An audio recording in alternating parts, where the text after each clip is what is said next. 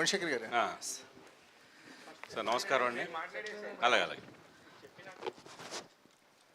అందరికీ నమస్కారం అండి. మళ్ళీ మరొకసారి దిల్ రాజు గారికి, దామోదర్ ప్రసాద్ గారికి థ్యాంక్స్ చెప్తున్నాను. అలాగే ఇక్కడికి విచ్చేసిన వాళ్ళందరికీ కూడా చాలా చాలా థ్యాంక్స్. సో యూఫోరియా ఇది యాక్చువల్గా అందరూ కొత్త వాళ్ళతోటి ఆల్మోస్ట్ 90% కొత్త వాళ్ళు ఉన్నారు. ఒక 10% మాత్రం 1-2 సినిమాలు చేసి ఇప్పుడు అప్కమింగ్ స్టేజ్లో ఉన్నవాళ్ళు. సో వాళ్ళందరితోటి అంటే కథను బేస్ చేసుకొని చేయాలనే సంకల్పంతో దీన్ని దాదాపు ఒక సంవత్సరంన్నర క్రితం మొదలుపెట్టాం. 6 months ఒక ప్రీ ప్రొడక్షన్ అంతా చేసి వర్క్షాప్లన్నీ చేసి ఇప్పుడు మీకు పరిచయమైన వీళ్ళందరినీ కూడా ఆడిషన్స్ ద్వారా సెలెక్ట్ చేసి వాళ్ళందరినీ కూడా వర్క్షాప్స్ కండక్ట్ చేసి షూటింగ్ చేయడం జరిగిందండి. ఇంకా అంటే ఇప్పటికి 60% అయింది, ఇంకా 40% బ్యాలెన్స్ ఉంది. సో అందుకని ఇది టూ ఎర్లీ సినిమా గురించి ఎక్కువ చెప్పడానికి. ఇది యాక్చువల్గా ఫస్ట్ అసలు యూఫోరియా అనేది ఇంకా జనంలోకి రీచ్ అవ్వలేదు. సో ఒక్కసారి యూఫోరియా అంటే ఏంటి పరిచయం చేద్దాం అనే ఉద్దేశంతో ఈ గ్లిమ్స్ని ఇంట్రొడ్యూస్ చేయడం జరిగిందండి. సో ప్రస్తుతానికి అది. సార్ గుణశేఖర్ గారు, సార్ అంటే ఇప్పటివరకు ఒక historical stories and high budget combinations movies, టెక్నికల్గా హై స్టాండర్డ్స్ ఉన్న మూవీస్ చూసాం మీ నుంచి. ఫస్ట్ యూఫోరియా గ్లిమ్స్ చూడగానే మీరు ఇంత కాంటెంపరీ సబ్జెక్ట్ని డెలివరీ చేస్తారని ఎక్స్పెక్ట్ చేయాలి. అంటే విజువల్స్ కానీ ఇప్పుడు ఎవ్రీడే న్యూస్లో చూసే కంటెంట్ అంతా గ్లిమ్స్లో కనిపించింది. ఈ మత్తు పదార్థాలు కానీ, ఈ నైట్ పార్టీస్, లేకపోతే బిగ్గెస్ట్ ఇష్యూ మన ఇండియా ఫేస్ చేస్తున్న బిగ్గెస్ట్ ఇష్యూని అడ్రస్ చేస్తున్నారు. ఎక్కడైనా మన కలకత్తా ఇష్యూ చూసాం, ఎంత ఇండియా మొత్తం రగిలిపోయింది. సో మీరు అంటే బాలరామాయణం తర్వాత మళ్ళీ ఇంతమంది కొత్త వాళ్ళతో పనిచేయటం ఇదే ఫస్ట్, ఇదే తర్వాత ఇదే ఎలాంటి ఎక్స్పీరియన్స్ ఉంది? అంటే ఏమి అంటే ఒక సామాజిక బాధ్యత కనిపిస్తుంది సినిమాలో. మీరు మత్తు ఈ పదార్థాలు ఇవన్నీ కనిపిస్తున్నా సరే ఒక సోషల్ ఇష్యూని అడ్రస్ చేశారు కదా. మీరు ఎంతవరకు ఈ సబ్జెక్ట్లోకి వెళ్ళటానికి ట్రై చేశారు? అట్ ద సేమ్ టైం ఏంటంటే ఇలాంటి సబ్జెక్ట్తో ప్రయత్నం చేయాలన్న థాట్ ఎక్కడి నుంచి స్టార్ట్ అయింది మీకు? అదే అండి, ఇందాక దిల్ రాజు గారు చెప్పినట్టు నా మొదటి సినిమా లాఠీ కూడా ఆల్మోస్ట్ చాలామంది కొత్త వాళ్ళతోటే చేశానండి. ప్రశాంత్ కూడా ఫస్ట్ తెలుగు సినిమా అదే, అప్పుడే తమిళ్లో కూడా వస్తున్నాడు. సో అంటే ఇది యాక్చువల్గా కొత్త వాళ్ళతో చేద్దామా పాత వాళ్ళతో చేద్దామా అనే కాన్సెప్ట్ కాదండి. అంటే ఈ కథ నన్ను చాలా చాలా ఇన్స్పైర్ చేసింది. సో నాకు అంటే మేజర్గా ఒక 2 సంఘటనలు బాగా మూవ్ చేశాను నన్ను. సో వాటిని ఇన్స్పిరేషన్గా తీసుకొని కథ రాయటం మొదలెట్టాక కేవలం ఆ 2 సంఘటనలే కాదు, ప్రతి వారం అలాంటి సంఘటనలు జరుగుతూనే ఉన్నాయి ఈ రోజున మీరే అన్నట్టు సొసైటీలో. సో ఇది అంటే కరెక్ట్గా చెప్పదగ్గ కథ ఇప్పుడు నీడ్ ఆఫ్ ది అవర్ అనిపించింది. సో అలా అదే సంకల్పంతో కథ రాయటం జరిగాను. అదే రాస్తున్న కొద్దీ నేను బేస్ చేసిన ఈ 2, బట్ ప్రతి జరిగే దాంట్లో ఇదే సిమిలారిటీగా ఇలాగే జరుగుతున్నాయి. సో దాంతో నాకు ఇది రైట్ టైం ఈ కథను ఇప్పుడు తీయడానికి అనిపించి ముందు ఎప్పుడు ఫ్యామిలీతో షేర్ చేసుకుంటాను. సో ఫస్ట్ నీలిమతో చెప్పగానే తను బాగా అంటే కరెక్ట్ అయిన అంటే సోషల్ సినిమా కోసం మీరే అన్నట్టు దాదాపు రుద్రమదేవి, శాకుంతలం ఒక 10 years అయిపోయింది ఈ రెండింటికే. సో మళ్ళీ సోషల్ చేస్తున్నప్పుడు ఇది చాలా బాగుంది నాన్న, బాగా స్ట్రైకింగ్గా ఇప్పుడు తీయాల్సిన సబ్జెక్ట్, దట్టు యూత్ కంప్లీట్గా అంటే యూత్కి చెప్పాల్సిన ఒక కథ అనిపించింది. సో అని వాళ్ళు కూడా చాలా ఇన్స్పైర్ అవ్వటం. సో దాంతో రాస్తున్నప్పుడు వాళ్ళు కూడా కథలో పార్టిసిపేట్ చేయటం, వాళ్ళ పర్స్పెక్టివ్, ఓకే ఇప్పుడున్న గర్ల్స్ కానీ బాయ్స్ కానీ వాళ్ళ మెంటాలిటీ, వాళ్ళ మైండ్ సెట్ ఎలా ఉందో వాళ్ళు నాతో మళ్ళీ డిస్కస్ చేయటం. సో ఇలాగా ఈ కథని తయారు చేసి అప్పుడు ఆడిషన్స్ మొదలుపెట్టి అంటే టోటల్గా క్యారెక్టర్కి ఎవరు సూట్ అవుతారో వాళ్ళే. నాకు ఇందాక మీరు దిల్ రాజు గారు పరిచయం చేశారు అడ్డాల చంటి కొడుకని. నాకు అడ్డాల చంటి కొడుకని కూడా తెలియదు. వచ్చాడు, బాగుండి అతని కళ్ళే చాలా బాగా నచ్చాయి. అతను నేను విలన్ క్యారెక్టర్గా అనుకున్నాను. అలాగే విఘ్నేష్, తను యూఎస్లో చాలా మంచి యూనివర్సిటీలో చదివాడు యాక్టింగ్ కోర్స్ కూడా. సో తన్ని యాక్చువల్లీ ఫస్ట్ జూమ్లోనే ఆడిషన్ చేయడం జరిగింది. తర్వాత అతను ఇండియాకి వచ్చిన తర్వాత మళ్ళీ ఒక 2-3 ఆడిషన్స్ తోటి అలాగా ఇందాక నీలిమ చెప్పినట్టుగా వీళ్ళందరూ కూడా క్యారెక్టర్స్ని బాగా అంటే ముందు బాగా వాళ్ళు కథకు కనెక్ట్ అయిపోయారు. అరే ఇది బాగుంది సార్, ఇదని చెప్పి ఇప్పుడు జరుగుతుంది ఇదే, మా ఫ్రెండ్స్ ఇదే, మా ఫ్రెండ్స్ బ్యాచ్లో జరిగింది సార్, మా పక్కింట్లో జరిగింది, ఇవన్నీ వాళ్ళు చాలా రిలేట్ అయిపోయారు. రిలేట్ అయిపోయి వాళ్ళందరూ డెపిక్ట్ చేసిన విధానం కూడా అంటారంటే అంటే ఏదో ఒక సినిమాటిక్గా కాకుండా వెరీ రియలిస్టిక్ వేలో వాళ్ళు పోర్ట్రేట్ చేయడం జరిగింది. సో అది ఒక అప్డేటెడ్ వర్షన్ కనిపిస్తుంది సార్ మీలో ఈ సినిమా చూసిన తర్వాత. ఒక సింబల్ ఒకటి కనిపిస్తుంది, స్టాప్ రేపింగ్ అని, ఒక హ్యాండ్ సింబల్. ఎక్స్ట్రాడినరీ సార్, చాలా చాలా బాగుంది. అదే సార్ ఇది ప్రజెంట్ సొసైటీలో బర్నింగ్ ఇష్యూ, బట్ ఇది డీల్ చేయడానికి డెఫినెట్గా ఒక చాలా బ్యాలెన్సింగ్గా డీల్ చేయాలి ఈ ఇష్యూని. దీంతోపాటు ఈ ఇష్యూని రేజ్ చేస్తున్నప్పుడు దీనికి ఒక సొల్యూషన్ కూడా ఏదైనా చూపించే అవకాశం ఉందా ఈ సినిమాలో? అంటే జరుగుతున్న ఇష్యూని చూపించడం ఎవరికైనా నో ప్రాబ్లం, చూపించేస్తారు, బట్ సొల్యూషన్ చూపించింది ఈ సినిమాకున్న అర్థం ఏంటి? సో సినిమాలో సొల్యూషన్ ఏమైనా చూపిస్తున్నారా? అసలు first of all issue based film కాదండి ఇది, అది కానే కాదు.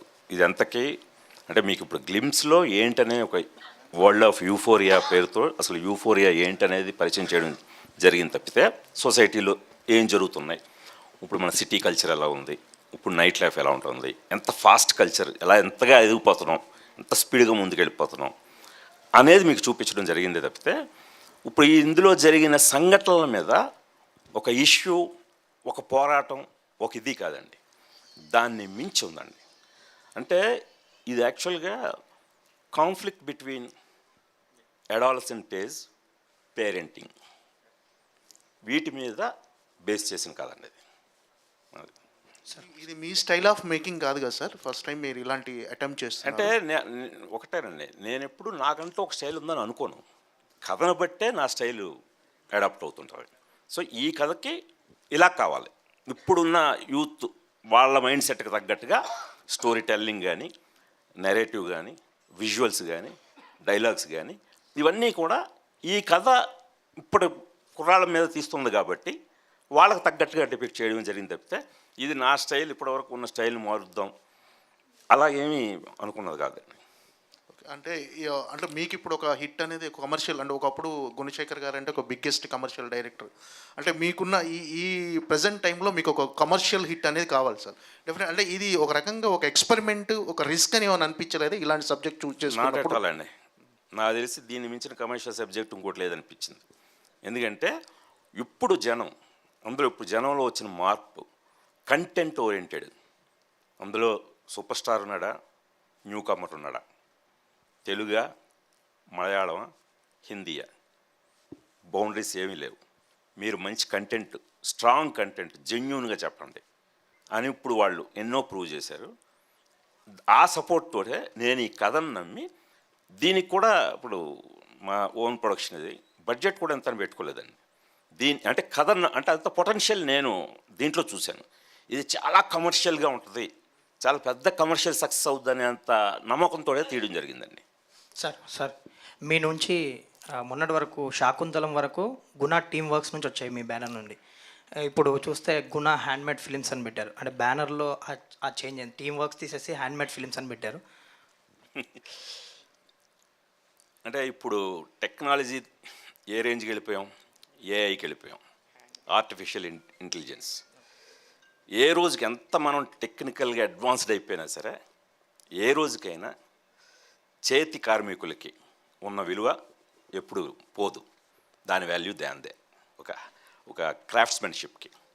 అలాగే నాకు ఈ పర్టికులర్ కథని చాలా ఆర్గానిక్గా, చాలా ఇదిగా చెప్పాలనిపించింది. అంటే దీంట్లో ఎటువంటి మీకు అన్ని రియలిస్టిక్ లొకేషన్స్, మీకు సీజీలు కూడా ఉండవండి. అంటే ఈ కథను బట్టి మీకు ఆల్మోస్ట్ 0 CG అయి ఉంటుంది. సో అంటే కథనే కథగా తీయడం అంటే ఆల్మోస్ట్ చేత్తో తీసిన ఒక సినిమా లాంటిది అనమాట. అది డెపిక్ట్ చేయాలి ముందు అని చెప్పి, అంటే ఇలాంటి కథల్ని గుణ హ్యాండ్మేడ్ ఫిల్మ్స్ అని తీస్తే బాగుంటుందని చెప్పి ముందు బ్యానర్ పేరు కూడా రాయడం జరిగింది. సార్ ప్రొడ్యూసర్ గారు నీలిమ గారు హాయ్. ఈ సినిమా 60% అయిపోయింది, ఇంకో 40% ఉందన్నారు. ఈ ఇయర్ ఎండింగ్ లోపు రిలీజ్ ఎక్స్పెక్ట్ చేయొచ్చా, లేదంటే నెక్స్ట్ ఇయర్ ఉంటుందా? ఎర్లీ 2025 అండి, ఫెబ్ టైం అనుకుంటున్నాం. Thank you. గుణశేఖర్ గారు, సో మీ టైం లైన్లో అంటే ఒక లాస్ట్ ఒక 15 years వెనక్కి వెళ్తే you're one of the unconventional director. అంటే ఒక టెక్నాలజీ రిలేటెడ్ కానీ ఏదైనా సరే మీరు చాలా కొత్తగా ఇంప్లిమెంట్ చేశారు ఈ సినిమాలో. ఇప్పుడు ఈ సినిమాకి వచ్చేటప్పటికి there are more of idioms and leak lights and modern arts ఎక్కువ కనిపిస్తున్నాయి. సో మీ దృష్టిలో న్యూ ఏజ్ సినిమా అంటే ఏంటి సార్ అసలు? అంటే ఒక అడ్వాన్స్మెంట్, టెక్నాలజీలో వస్తున్న అడ్వాన్స్మెంట్ని వాడుకొని కొత్త కథల్ని కొత్తగా చెప్పటమేనండి. అలాగే చేయడం జరిగింది ఇది. అంతే తప్పితే new age film, new age technology అంటూ ప్రత్యేకంగా ఏం ఉండదు. ఉన్నదాన్ని ఇప్పుడు ఈ రోజునే వస్తుంది. ఇప్పుడు ఇందాకే చెప్పినట్టు ఇప్పుడు ఏఐ ఎక్కువ వాడుతున్నారు. ఇప్పుడు ఇదివరకు సీజీలు మనకి ఏఐ టెక్నాలజీ రాకముందు సీజీఎల్ కొంచెం కష్టంగా ఉండేది. ఇప్పుడు ఏఐ వచ్చిన తర్వాత కొంతది అడాప్టేషను, అదొక అడ్వాన్స్మెంట్ ఉపయోగపడుతుంది. సో అలాగా ఇప్పుడు ఉన్న అంటే ఇప్పుడు నేను ఇందాక చెప్పినట్టుగా దీంట్లో సీజీలే లేవు కానండి, టెక్నికల్గా చాలా హై స్టాండర్డ్లో, అంటే మీరు చూస్తే ఊరిని డ్రోన్లే కూడా కాదండి, ఎఫ్పివి ఎక్విప్మెంట్లే వాడాం. సో నాకు అందుకనే దీనికి కొత్త టెక్నీషియన్స్ని కూడా, ముఖ్యంగా ప్రవీణ్ కే పోతన్ అనే ఒక డిఓపిని ఇంట్రొడ్యూస్ చేస్తున్నాను. అంటే ఈ కథని నేను ఎంత కొత్తగా చూడాలో ఒక కొత్త కెమెరామెన్ అయితే ఇంకా కొత్తగా చూస్తాడని చెప్పి అతనికి ఇది ఫస్ట్ ఈ సినిమాతో అతను ఇంట్రొడ్యూస్ చేయడం జరుగుతుంది. తను ఇదివరకు పిఎస్ వినోద్, రత్నవేలు గారి దగ్గర వర్క్ చేశాడు. సో అలాగా ఆ టీం అందరినీ కూడా ఒక కొత్త వాళ్ళని ఇంట్రొడ్యూస్ చేస్తూ నన్ను నేను కొత్తగా ప్రజెంట్ చేసుకోవడం కూడా ఈ కథకు అవసరం అనిపించిందండి. సార్ ఎంతవరకు అప్గ్రేడ్ చేసుకోగలిగారు ఈ కథనాల విషయంలో? అంటే మీ ప్రీవియస్ ఫిలిమ్స్ రిజల్ట్స్ బేస్ చేసుకున్నా, లేదంటే సినిమా రిజల్ట్స్కి మనం తీయడానికి ఏం సంబంధం ఉండదు సార్. సినిమా రిజల్ట్ అనేది మన చేతుల్లో ఉండదు. మనం సిన్సియర్గా మన ఎఫర్ట్ పెట్టామా లేదా. ఈ రోజుకి నేను ధైర్యంగా కూర్చొని నేను ఇంకొక సినిమా ప్రొడ్యూస్ చేస్తూ డైరెక్ట్ చేయగలుగుతున్నానంటే ఎప్పుడు నా ఎఫర్ట్లో లోపం లేదు. ఆ నమ్మకంతో ముందుకు వెళ్తుంటాం. సో అలాగే మన పని మనం చేసుకుంటూ పోవటమే. రిజల్ట్ అనేది జనం ఇస్తారు, వాళ్ళకి నచ్చితే చూస్తారు, నచ్చకపోతే తిరస్కరిస్తారు. దాన్ని బట్టి కొత్త పాటలు నేర్చుకొని ఇంకా కొత్తగా ఏం చెప్పాలి, ఇంకా జనాలకి ఏం ఆశిస్తున్నారు, ఇంకా ఎంత కొత్తగా చెప్పాలనే ప్రయత్నంలో ముందుకు వెళ్ళానండి. సార్ గుణశేఖర్ గారు, ఇక్కడ సార్ సార్ సార్ ఒక పక్క చిరంజీవి గారు, మహేష్ బాబు గారు పెద్ద పెద్ద సినిమాలు, పెద్ద పెద్ద స్లామ్, అట్లాగా ఒక చార్మినార్ సెట్ చూడాలన్నా, ఒక మధుర మీనాక్షి టెంపుల్ చూడాలన్నా, అరే గుణశేఖర్ గారి సెట్కి వెళ్తే సరిపోతుంది అన్నంత పెద్ద యుఫోరియా ఉండేది మీకు, రైట్? అలాంటి టైంలో ఇప్పుడు మీరు ఒక కొత్త వాళ్ళతో అంటే ఇప్పుడు మీలాంటి వాళ్ళకి ఒక 25 ఏళ్ల కిందట వేరు, కానీ ఇప్పుడు ఎలా అనిపిస్తుంది సార్ ఆ వేరియేషన్? చాలా బాగుంది సార్. వీళ్ళందరితో పనిచేస్తుంటే మళ్ళీ నన్ను నేను కొత్తగా జనాలకు ఇంట్రడ్యూస్ చేసుకుంటున్నంత ఆనందం ఉంది, అంత ఎనర్జీగా ఉంది. నిజంగా అదే యూఫోరిక్ ఇప్పుడు ఫీల్ అవుతున్నాను నేను. ఎవ్రీడే అసలు షూట్ చేస్తుంటే మామూలు ఉత్సాహంగా లేదు. ఇంకా ఇప్పుడు 40% బ్యాలెన్స్ ఉంది. ఈ కుర్రాళ్ళకు కొందరికి గెడ్డాలే పెరగాలి, అంటే వాళ్ళకి టీనేజ్ పార్ట్, ఎడాల్సెంట్ ఏజ్ పార్ట్ తీయడం జరిగింది.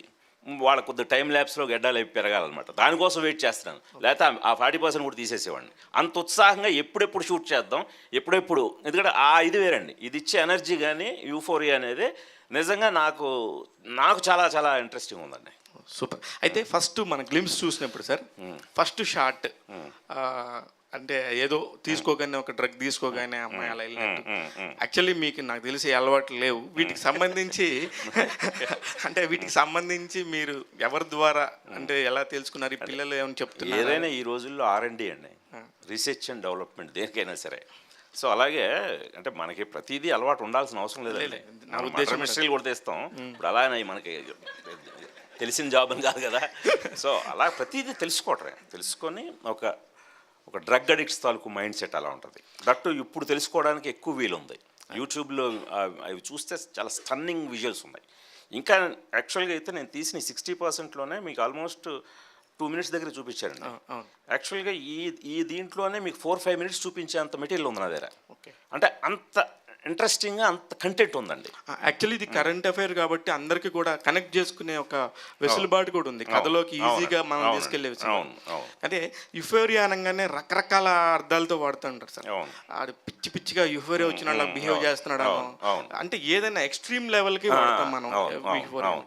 అందుకని ఈ యుఫోరియాలో కూడా మీ టైటిల్ చూస్తే అది ఫామ్ లేదు అన్నట్టుగా ఉండినట్టు. కరెక్ట్ అండి, కరెక్ట్. అంటే మీ యుఫోరియాలో ఏముండబోతుంది అంటే ఎగ్జాక్ట్ యూఫోరియాకి మీనింగ్ నేను ఈ కథ కనుక్కొని పెట్టిందండి భావోద్వేగాలు, ఒక అతి భావోద్వేగాలు, ఎక్స్ట్రీమ్ ఎమోషన్స్, ఒక అదుపు చేసుకోలేని భావోద్వేగాలు, అదుపు చేసుకోలేని ఉల్లాస ఉత్సాహాలు, యూఫోరియా. గుణశేఖర్ గారు సార్ సార్ ఇక్కడ సార్ గ్లింప్స్ చూస్తే డిఫరెంట్ ఉన్నాయి. అంటే మీ నుండి ఎక్స్పెక్ట్ చేయలేదు, మీ ఫిల్మోగ్రఫీ చూస్తే అందు నుంచి ఇలా వస్తాయి అనిపోయింది షూట్ చేసింది. కానీ ఇప్పుడు ఏది చెప్పినా సమాజంలో మీరు పేరెంటింగ్ గురించి డిస్కస్ చేస్తున్నాను, స్టోరీ అంటున్నారు, పేరెంటింగ్ పిల్లలని. ఇప్పుడున్న సిచ్యువేషన్స్ భయంకరంగా ఉన్నాయని అందరికీ తెలుసు, కానీ అది మనం బయటకు ఎక్స్ప్లోర్ చేయలేకపోతున్నాం. ఏదో సోషల్ మీడియాలోనే ఎక్కడో చూస్తారు, కానీ ఇలాంటి సోషల్ ఫార్మేట్, సినిమా ఫార్మేట్లో ఎక్కువగా చూడలేరు. పేరెంటల్ ఇష్యూ ఇవి ఉంటాయి. సో మీరు ఎంత చెప్దామన్నా, సోషల్ మెసేజ్ ఎంత చెప్దామన్నా 70% 30% అంటే ఆ క్యారెక్టర్కి ఇంట్రడ్యూస్ చేసేటప్పుడు క్యారెక్టర్ యొక్క ఆర్క్ చూపించడానికి వస్తుంది. సో ఇది నెగిటివ్ ఎక్కువ వెళ్తాయి కదా. మీరు ఎంత లాస్ట్లో ఒక 10 minutes 15 minutes చెప్పినా సరే ఈ నెగిటివ్ ఇవన్నీ ఎక్కువ వెళ్తాయి కదా, సమాజంలో ఎలా ఉంటుందండి? అంటే ఫస్ట్ ఆఫ్ ఆల్ నేనైతే ఇది మెసేజ్ అయితే చెప్పదలుచుకోలేదండి. ప్రీచింగ్ అసలు ఉండదండి. అంటే మనల్ని మనం ప్రశ్నించుకునేలా ఉంటుంది. ఎడవలసిన ఏజ్ అనేది 13 to 19 years. ఆ టీనేజ్ చాలా అంటే ముఖ్యమైన దశ. మనం ఆ దశలో మన చదువు సంస్కారాలే మనల్ని ఒక వ్యక్తిత్వ వికాసం వైపు ఒక నిర్మింపజేస్తాయి. అదే మన జీవితం. అక్కడ మనం ఏదైతే తయారవుతామో అదే మన రెస్ట్ ఆఫ్ లైఫ్. సో దాంట్లో మిమ్మల్ని మీరు నియంత్రించుకోలేని, మీకు చదువు లేకపోయినా, సంస్కారం ఇంట్లో నేర్పాల్సిన సంస్కారం నేర్పలేకపోయినా అది మీ మీద ఎలా ప్రభావం చూపిస్తుంది, దానికి నువ్వెంత బాధ్యుడివి, దాన్ని నువ్వు నియంత్రించుకోవటం ఎలాగా, ఇదే పేరెంటింగ్ యాంగిల్లో. సో మన జీవితంలో మనం ఎన్నో గోల్స్ ఉండొచ్చు. ఇప్పుడు పిల్లలు విననంత అడ్వాన్స్డ్ అయిపోవచ్చు. మన జనరేషన్లో కంట్రోల్ చేయదగ్గ పిల్లలు కాదు ఇప్పుడు. బట్ అయినప్పటికీ పేరెంటింగ్ అనేది చాలా చాలా అవసరం ఆ దశలో. అట్ ది సేమ్ టైం ఇప్పుడు మన పాత జనరేషన్లో పేరెంట్స్ కంటే ఇప్పుడు స్వేచ్ఛ పేరిట, వాళ్ళకి ఫ్రీడమ్ పేరిట, ఫ్రెండ్లీ నేచర్ పేరిట ఎక్కువ స్వేచ్ఛనిచ్చేస్తున్నారు. అది కరెక్ట్గా వాడుకోవట్లేదు. అది మితిమీరిపోతుంది. ఆ మితిమీరిపోయినప్పుడు మన సంస్కారంగా మన మంచి ఫ్యామిలీలోనే మంచి విద్యాబుద్ధులు ఉన్న కుటుంబంలోనే పుట్టిన వాళ్ళు కూడా తప్పుదారి, ఇప్పుడు ఏదైతే మనం చెప్తున్నామో అది కంట్రోల్ చేసుకోకుండా తప్పుదారి పట్టినప్పుడు మామూలు ఎఫెక్ట్ అవుతుంది. అతను ఒక్కడే కాదు, చుట్టుపక్కల ఉన్న వాళ్ళందరిది, ఆ కుటుంబానిది, ఆ చుట్టుపక్కల ఉంది, at the same time society. ఆ ఇంపాక్ట్ సొసైటీ మీద కూడా పడుతుంది. సో ఇలాగా ఇంక్లూడింగ్ సొసైటీ కూడా ఒకసారి ఇది కదా జరుగుతుంది అంటే మనం ఇప్పుడు ఎంతో ఎదిగిపోతున్నాం. భారతదేశం బ్రహ్మాండం పెరిగిపోతుంది, యువత చాలా అద్భుతంగా పెరిగిపోతుంది. సో కల్చర్ పెరిగిపోతుంది, మితిమీరిన కల్చర్ ఇంకా పెరిగిపోతుంది, స్వేచ్ఛ పెరిగిపోతుంది. వీటి మధ్య నియంత్రణ అనేది, చదువు సంస్కారాలు అనేది మనకి ఇంట్లోంచి అవ్వాలి. సో ఈ కాన్సెప్ట్లో మనం ఎక్కడికైనా వెళ్ళొచ్చు. ఇది మనం దాటకూడదే, ఇది కదా మన బాధ్యత అని ఎవరికి వాళ్ళ బాధ్యతను గుర్తు చేసేలా ఉంటుంది తప్పితే ఇది అని నేను ఎవరికి ఉపదేశించరండి. ఒకసారి అర్థంలా పెడతాను, అది రిఫ్లెక్ట్ అవుద్ది, అది మనల్ని మనం చూసుకున్నట్టు ఉంటుంది సినిమా అంతే. సో ఈ కథ రాయడానికి మీకు ఇన్స్పిరేషన్ ఏంటి? అంటే ఏమైనా కొన్ని చూసిన ఇన్సిడెంట్స్ ఏమైనా ఉన్నాయా? లేదు అంటే లేదు, ఏదో చెప్పాను, టోటల్ ఫిక్షన్. 2 చాలా భయంకరమైన ఇన్సిడెంట్లు, వాటిని ఇన్స్పిరేషన్గా తీసుకున్నాను. అదే రాసేటప్పుడు ఆ 2 నన్ను డ్రైవ్ చేసే రాయడానికి. బట్ రాయడం మొదలెట్టాక ఎవ్రీ వీక్ జరుగుతున్నాయి. ఇక్కడ జరుగుతున్నాయి, ముంబైలో జరుగుతున్నాయి, పూణేలో జరుగుతుంది, కోల్కతాలో జరుగుతున్నాయి, ప్రతి చోట ఎవ్రీ వీక్ జరుగుతున్నాయి. సో అప్పుడు నాకు అమ్మో ఇది కేవలం 2 ఇన్సిడెంట్లని బేస్ చేయడం కాదు, అందుకు మీరు చూస్తే వీటిలోనే కొన్ని విజువల్స్లో కూడా కొన్ని సిమిలారిటీస్ కనబడతాయి. సో మీకు ఇప్పుడు డే టు డే మనం చూస్తున్న న్యూస్ల్లో కానీ జరుగుతున్న సంఘటనలు కూడా మీరు ఫాలో అవుతున్నప్పుడు. సార్ ఇంకోటి ఇందులో రేప్ కల్చర్ అనేది మెన్షన్ చేశారు, స్టాప్ రేప్ కల్చర్ అనేది. సో బేసిక్గా rape culture is something which is normalised. అంటే ప్రస్తుతానికి మన సమాజంలో ఇంకా కొంచెం ఈ మానవంగ సంస్కృతి అనేది ఇంకా అంతగా అసలు దాని సంస్కృతి అని వాడమాకండి ఆ పదం. సో రేప్ కల్చర్ అనే మీనింగ్ అది మానవంగ సంస్కృతి, ప్రాపర్ అనువాదం. సో ప్రస్తుతానికి సమాజం ఇంకా ప్రతిఘటిస్తుంది రేప్ అనేది. ఎప్పుడు కాదు, ఎప్పుడు ప్రతిఘటించాలండి, అంటే భవిష్యత్తులో ఉంటుంది ఎప్పటికైనా. సో దాన్ని మీరు అట్లా రేప్ కల్చర్ అనేది మెన్షన్ చేయడం వల్ల సో దాన్ని మీరు దీనికి ఈ కథను పరంగా లేదండి, అంటే ఇంతకు మించి ఎక్కువ నేను డిస్కస్ చేస్తే రివీల్ చేసినట్టు ఉంటాయి. సార్ మీ లాఠీ సినిమాకి నేను చాలా ఫేవరెట్ సార్. Thank you. మా నాన్నగారు ఆ సినిమాకి తీసుకెళ్ళాడు అనుకోకుండా చిన్నప్పుడు నేను. సో అందులో రఘువరన్ ఎంట్రీ షాట్ ఉంటుంది సార్, అది చాలా అద్భుతంగా ఉంటుంది. ఇప్పటి వరకు నేను ఎన్నో సినిమాలు చూస్తుంటాను కానీ అలాంటి విలన్ ఇంటరాక్షన్ ఇంతవరకు చూడలేదు. సో అలాంటి సినిమాని రిలీజ్ చేసే ఆలోచన ఏమైనా ఉందా సార్? దాని నిర్మాత మేడికొండ మురళీకృష్ణ గారు, ఆయన అడుగుదాం. ఓకే. ఇంకోటి సార్, ఇలాంటి యుఫోరియా అనే కథ రాయాలంటే చాలా గట్స్ ఉండాలి సార్. సో ఒక వ్యక్తిగా కంటే డైరెక్టర్గా ఒక మానసిక సంఘర్షణ అవసరం దానికి.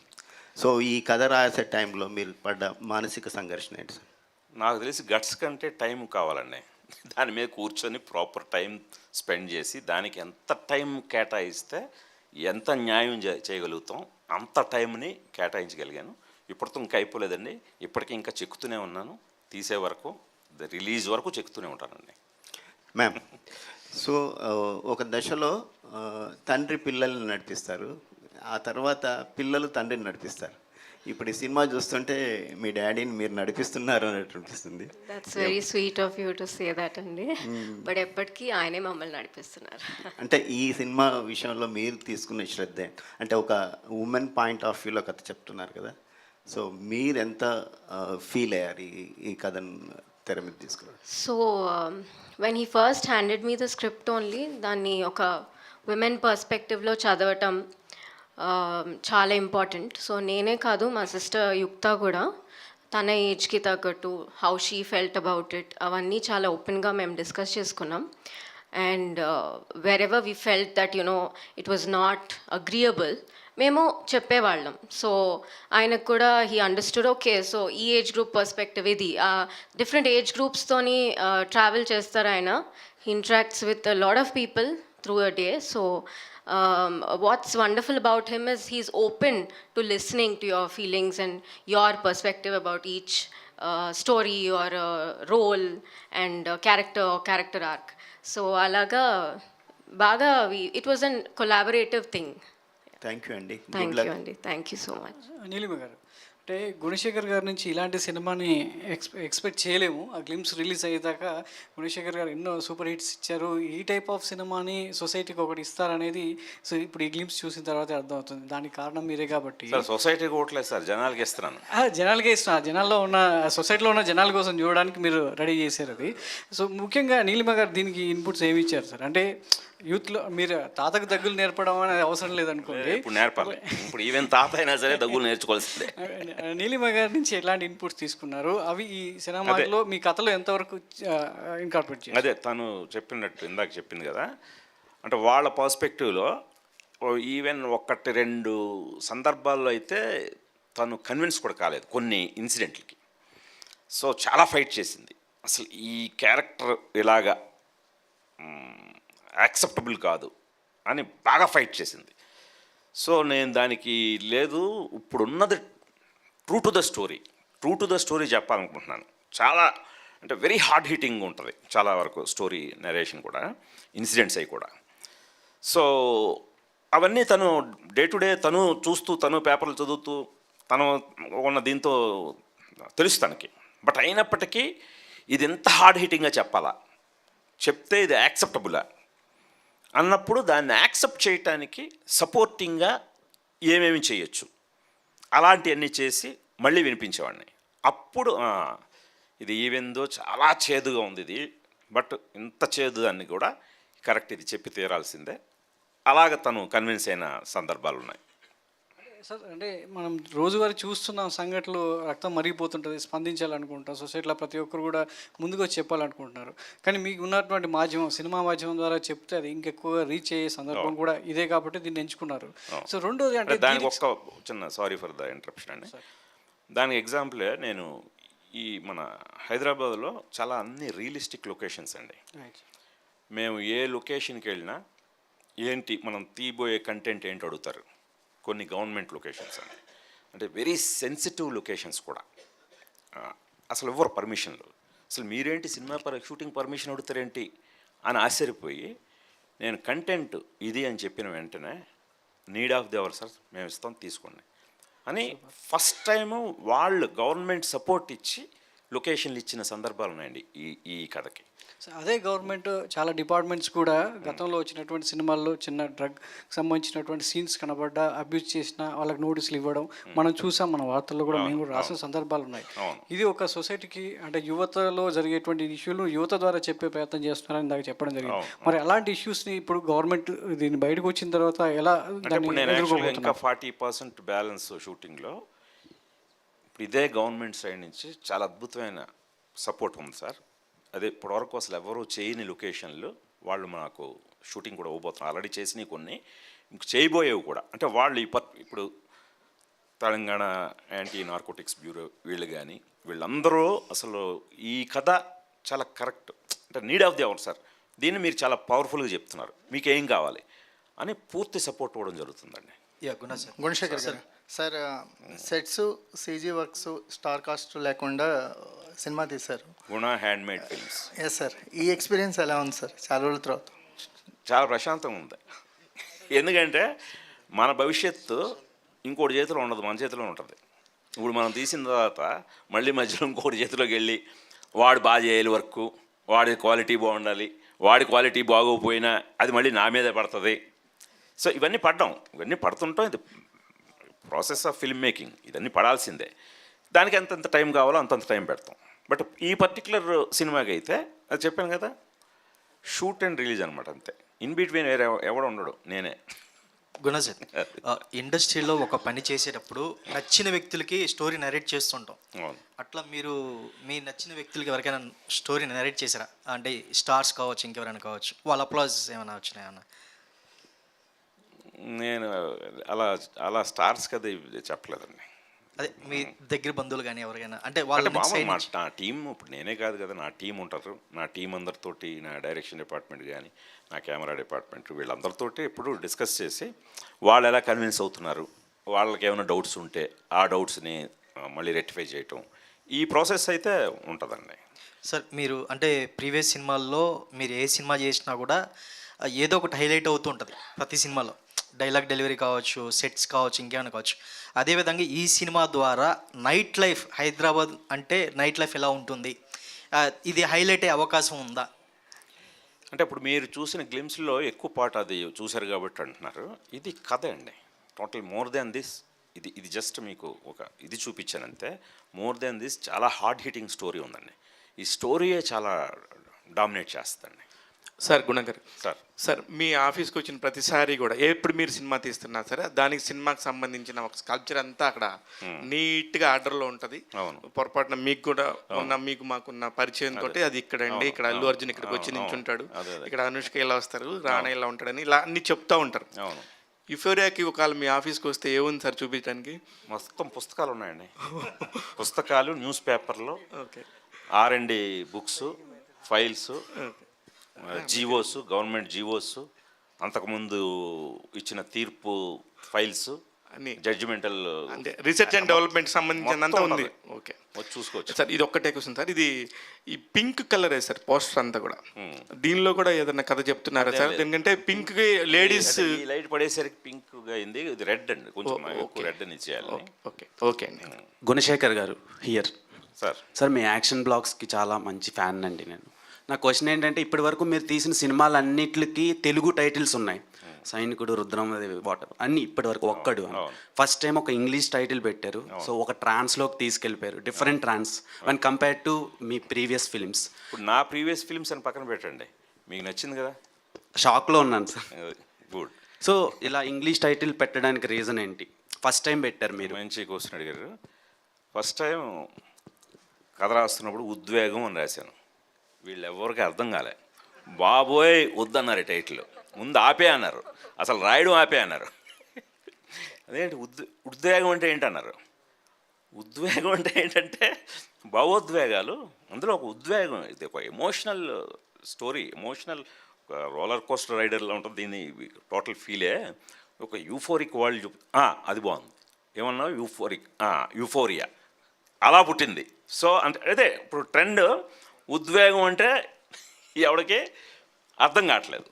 అంటే తెలుగు అర్థం కాని రోజుల్లో ఉన్నాం, తెలుగుకి డిక్షనరీలు వెతుక్కునే రోజుల్లో ఉన్నాం. అందువల్ల మీరు అన్నది కరెక్టే. ఫస్ట్ తెలుగు టైటిల్తో మొదలెట్టి దాన్ని ఇది ఎవరి కోసం తీస్తున్నాం. ఎందుకంటే ఇప్పుడు మెయిన్ ఈ దీనికి రావాల్సింది మెయిన్ యూత్ని ఏం చేసింది, అలాగే పేరెంట్స్. సో ముందు యూత్కి వాళ్ళకి రీచ్ ఉండాలి. అందువల్ల వాళ్ళకి అలవాటైన భాషలో పెట్టాలని తప్పితే ఇదేదో తెలుగుకి ఎగైనిస్ట్గా ఇప్పటివరకు చాలా అన్నీ మీరు అన్నట్టు తెలుగు టైటిల్సే పెట్టానుగా. సో గుణశేఖర్ గారు 2.0 వెర్షన్ అనుకోవచ్చా సార్ ఈ సినిమాతో?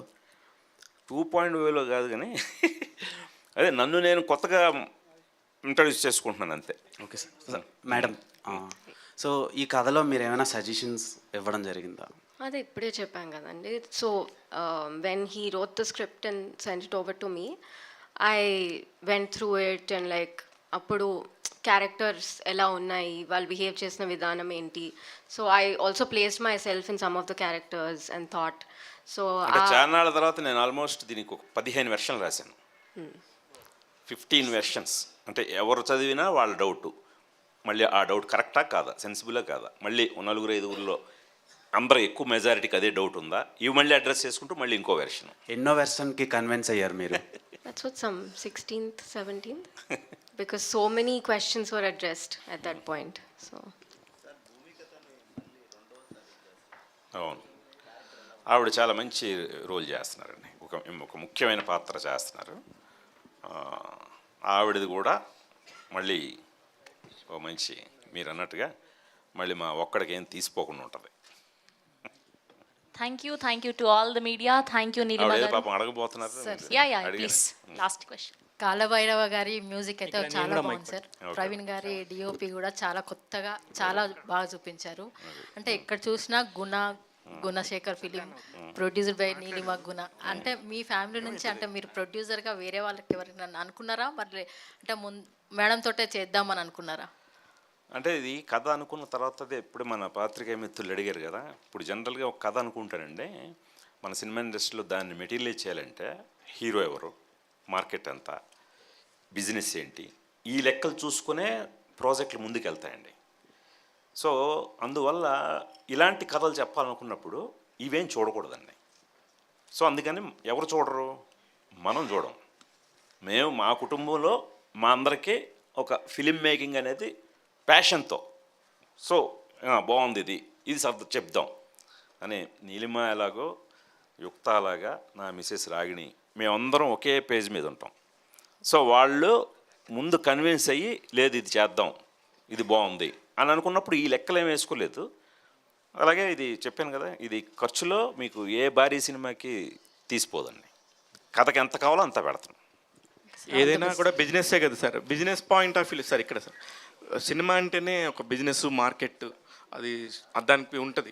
కానీ ఇప్పుడు మీరు ఏ పేరు చెప్పినా సరే హీరో పరంగా కానీ హీరోయిన్ పరంగా కానీ ఎక్కడ పేరు లేరు. ఈవెన్ కెమెరామెన్ కానీ ఒక కాలభైరవ గారు ఇప్పుడు ఈవెన్ మీరు తప్ప మీ మీదే బిజినెస్ జరగాలంటారు. నా కథ మీద జరుగుతుందండి. ఇప్పుడు మీరు పేర్లు ఏమీ లేని డబ్బింగ్ సినిమాలు 100 కోట్లు కలెక్ట్ చేసి పెడుతున్నాం కదా మనమే. అంత పొటెన్షియాలిటీ ఈ కథకైతే ఉందని నమ్మానండి. All the best sir. Thank you అండి. Thank you media. Thank you so much. Thank you Nilima garu. Thank you Gunashekhar garu. We are eagerly waiting for next content. Thank you. Thank you Sravanti garu. Thank you sir. Thank you so much.